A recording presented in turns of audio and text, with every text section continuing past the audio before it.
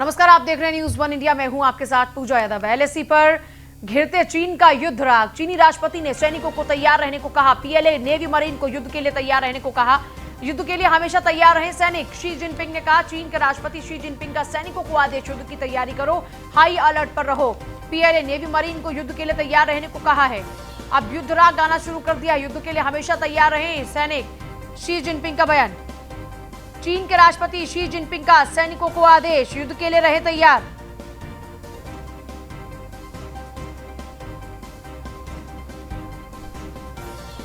LAC पर घिरते चीन का अब युद्ध राग शुरू हो चुका है। युद्ध के लिए तैयार रहने के आदेश दिए जा रहे हैं।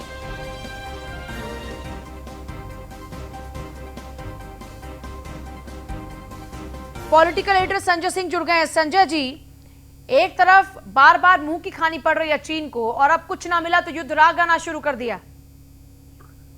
एक्चुअली लगातार जो बैकफुट पे इनको आना पड़ रहा है, वो एक तरह से ये इनकी जो सोच है जो कुंद हो चुकी है। इनको पता है कि भारत झुकने वाला नहीं है। भारत के सशस्त्र बल तैनात हैं और इस तरीके से वो क्या कहते हैं ना कि ढोल नगाड़े बजा देना कि आओ हम दो हाथ कर लेते हैं। तो इससे क्या है कि अपने वो फेस सेविंग करने के लिए, दुनिया में दिखाने के लिए कि साहब हम भी कमजोर नहीं है और भारत से हम डरने वाले नहीं है, या भारत अगर हमको हमारे साथ खड़ा है लड़ने के लिए तो हम भी पीछे नहीं है।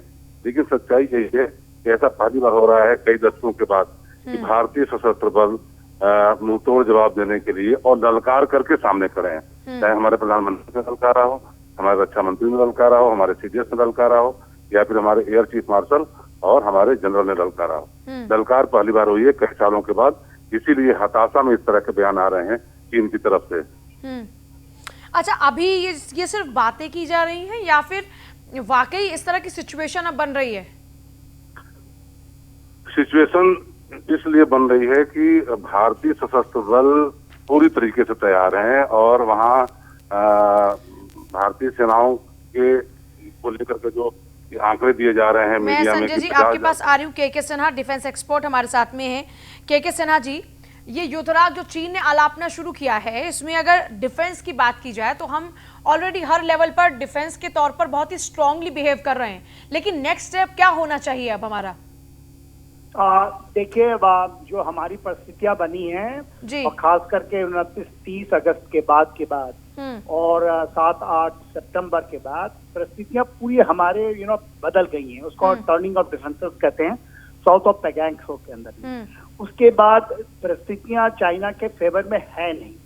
और देखिए, एक विंडो और आ रही है, ये 15 तारीख से लेकर के 15 नवंबर तक के, क्योंकि उसके बाद तो और भी ठंड हो जाती है और बर्फ पड़ जाता है। इस विंडो के अंदर में एक अपॉर्चुनिटी मिलती है। तो जो 3 इलाके हैं, कुंगरांगचू नाला के पास में या गोगरा या पैगांग त्सो नॉर्थ के ऊपर में, तो कुछ कार्रवाइयां अभी हम करते हैं तो ये चाइना के लिए बहुत विकट परिस्थिति बन जाएगी। वो चाह रहा था कि शायद पाकिस्तान के साथ कोई 2 फ्रंट वॉक कुछ ऐसी परिस्थिति बनाए, पर वो बनती नहीं नजर आती है। और चाइनीज आर्म फोर्सेस का ये स्थिति है कि वो अभी तो अपनी तैयारी में ही जुटे हैं कि किसी तरह सर्दी को झेल पाए। तो ये चीजें जो है साइकोलॉजिकल वॉरफेयर का हिस्सा है। अपने फोर्स को तैयार, वो तो कितने बार कह चुके हैं, आज से नहीं, वो कितने मतलब मई से कह रहे हैं कि तैयारी है, पूरी तैयारी है। तो यदि तैयारी है तो हमने जो साउथ ऑफ पैगांग त्सो किया है तो उसके ऊपर क्यों नहीं करते कार्रवाई करते? हम तो तैयार बैठे हैं। हाँ बिल्कुल। जो चीन आज ये कह रहा है कि तैयार रहिए, हमारे रक्षा मंत्री तो पिछले 2 महीनों से ये बात लगातार कह रहे हैं कि हमारी सेनाएं तैयार हैं। 100% हम सभी जगहों में तैयार हैं। हम केवल जमीन के ऊपर, आकाश में और जल के ऊपर। तो हमने शुरू नहीं किया ये परिस्थितियां, उन्होंने की है। उन्होंने पूरे वायलेशंस किए हैं, जितने भी एग्रीमेंट है, कन्वेंशन हैं। तो वो कन्वेंशंस के ऊपर में अभी जो राब एलापते हैं, वो कहते हैं कि एक वो डेट दे रहे हैं 7 नवंबर 1959 का परसेप्शन ऑफ जो एलएसी की बात होती है, और हमारा कहना है कि 8 सितंबर 1962 वाली। तो ये 2 जो एलएसी की परिस्थितियां हैं, हम तो अपने में अटक हैं। और अडिग हैं, इसलिए और साउथ ऑफ पेंगांगसो के ऊपर में हमने 20 हाइट को ऑक्युपाई किया है। और ये परिस्थितियां बहुत तेजी से बदल रही हैं। वो इनको छोड़ करके वो चला गया था पाकिस्तान की तरफ एक दूसरी फ्रंट की लड़ाई के लिए। तो अब चाइना के बॉल में कोर्ट है। हम लोगों ने तो कार्रवाइयां कर ली हैं और बैठे हैं। कुछ परिस्थितियां और बनी तो हमारे अनुसार, मेरे अनुसार कार्रवाइयां होनी चाहिए जो विंडो मिल रही है 1 महीने की। बहुत शुक्रिया आपका बातचीत के लिए। संजय जी भी लगातार बने हैं। संजय जी, के सिन्हा भी यही बात कह रहे थे कि हम लोग तो ऑलरेडी प्रिपेयर्ड हैं, लेकिन ये जो भभकियां बार बार चीन देता है इससे हम डरने वाले नहीं हैं। संजय जी चलिए, शायद नहीं है हमारे साथ में। बहुत शुक्रिया लेकिन आपका पूरी जानकारी के लिए।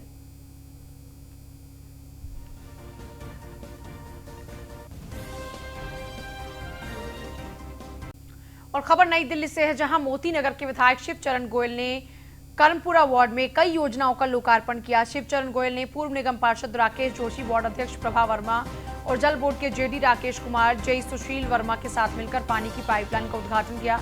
इस मौके पर विधायक ने कहा कि जल बोर्ड अच्छा काम कर रहा है। ये सड़क पंजाबी बाग से जखीरा का रास्ता है। यहाँ पर पिछले 12 दिन पहले पानी की पाइपलाइन टूट गई थी, जिससे लोगों को दिक्कतों का सामना करना पड़ रहा था। हमने जल बोर्ड के अधिकारियों को कहा कि इसे जल्द से जल्द ठीक कराया जाए। अधिकारियों ने दिन रात काम किया और 12 दिन में इसको ठीक भी कर दिया।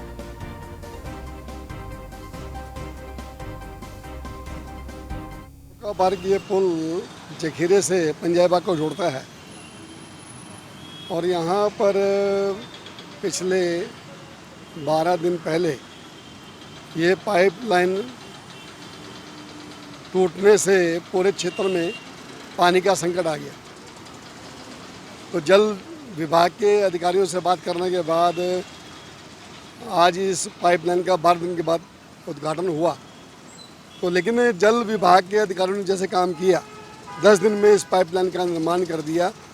2 फुट डायामीटर का पाइप और कम से कम भी मेरे ख्याल से ये आपका 300-400 फुट 400 फुट की पाइप की लाइन डालनी, वेल्डिंग करनी, दिन रात करके काम किया गया। अशोक।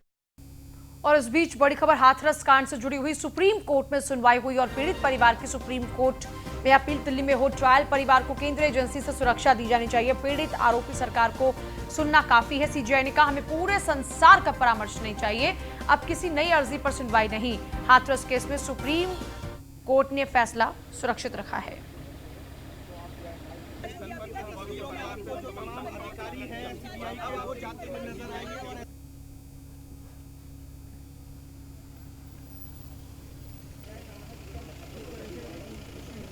सुप्रीम कोर्ट में फैसला सुरक्षित, पीड़ित आरोपी सरकार को सुनना काफी है। सुप्रीम कोर्ट में सुनवाई के दौरान में सीजीआई की ओर से कहा गया, पीड़ित परिवार की सुप्रीम कोर्ट में अपील थी कि ट्रायल दिल्ली में हो, परिवार को केंद्रीय एजेंसी से सुरक्षा दी जानी चाहिए।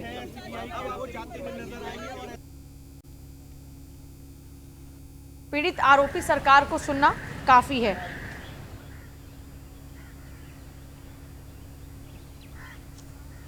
सुप्रीम कोर्ट में इंदिरा जयसिंह ने अपील करते हुए कहा कि परिवार को केंद्रीय एजेंसी से सुरक्षा दी जानी चाहिए। चीफ जस्टिस ने सुनवाई के दौरान कहा कि अगर आरोपी कुछ कहना चाहते हैं तो वो पहले हाई कोर्ट जा सकते हैं।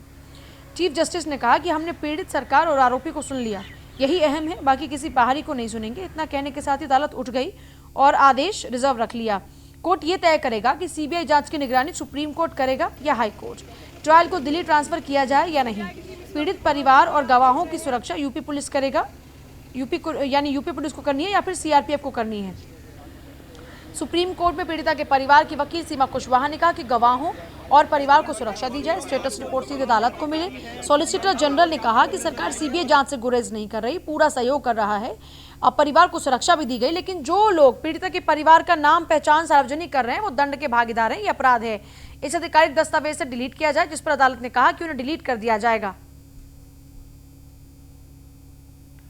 और सुप्रीम कोर्ट ने बहू के पक्ष में आज एक ऐतिहासिक फैसला सुनाया है।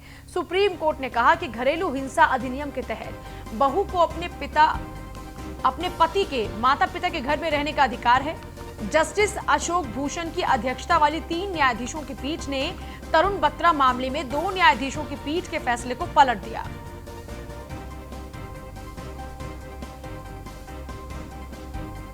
तो तो ये सुप्रीम कोर्ट का ऐतिहासिक फैसला। सुप्रीम कोर्ट ने बहुओं के अधिकार के लिए ऐतिहासिक फैसला सुनाते हुए ये साफ कर दिया है कि पति के माता पिता के घर पर रहने का बहू को पूरा अधिकार है। सुप्रीम कोर्ट ने बहू के पक्ष में आज एक ऐतिहासिक फैसला सुनाया है।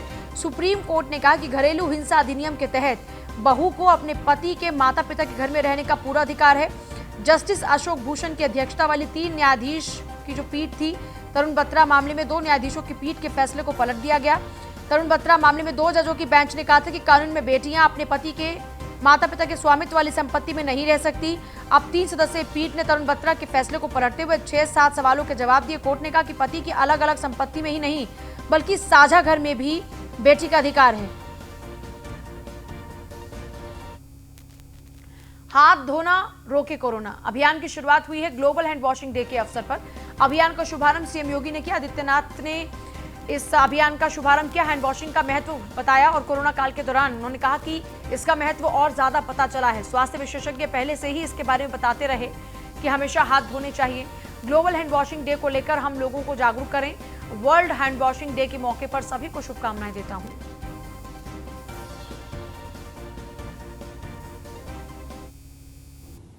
हैंड वॉशिंग का क्या महत्व है, यह हम सब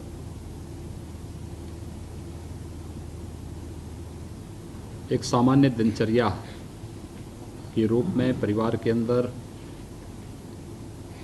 इसके महत्व को जानते हैं। लेकिन आधुनिक जीवन शैली के कारण बहुत बार लोग इन सभी घटनाओं और इस महत्वपूर्ण क्रियाकलाप से एक दूरी बना लेते हैं और उसका परिणाम हमारे सामने अनेक बीमारियों को अपनाने के रूप में सामने आ जाता है।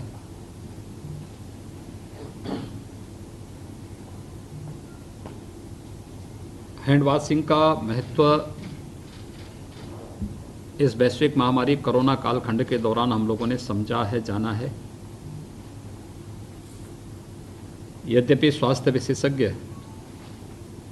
पहले से ही इसके बारे में अवगत कराते रहे हैं, इसके बारे में उनकी चेतावनी और उनके द्वारा दिए जाने वाले सुझाव अत्यंत महत्वपूर्ण रहे हैं। लेकिन पिछली एक सदी का जो सबसे तीव्र संक्रमण कोविड-19 के रूप में हम सबको देखने को मिला है, इस कालखंड में आपने इस बात को देखा होगा कि सामान्य कोरोना संक्रमण की श्रृंखला को तोड़कर इस महामारी पर नियंत्रण पाया जा सकता है। स्वच्छ हाथ कोरोना से बचाव का सबसे सहज माध्यम है।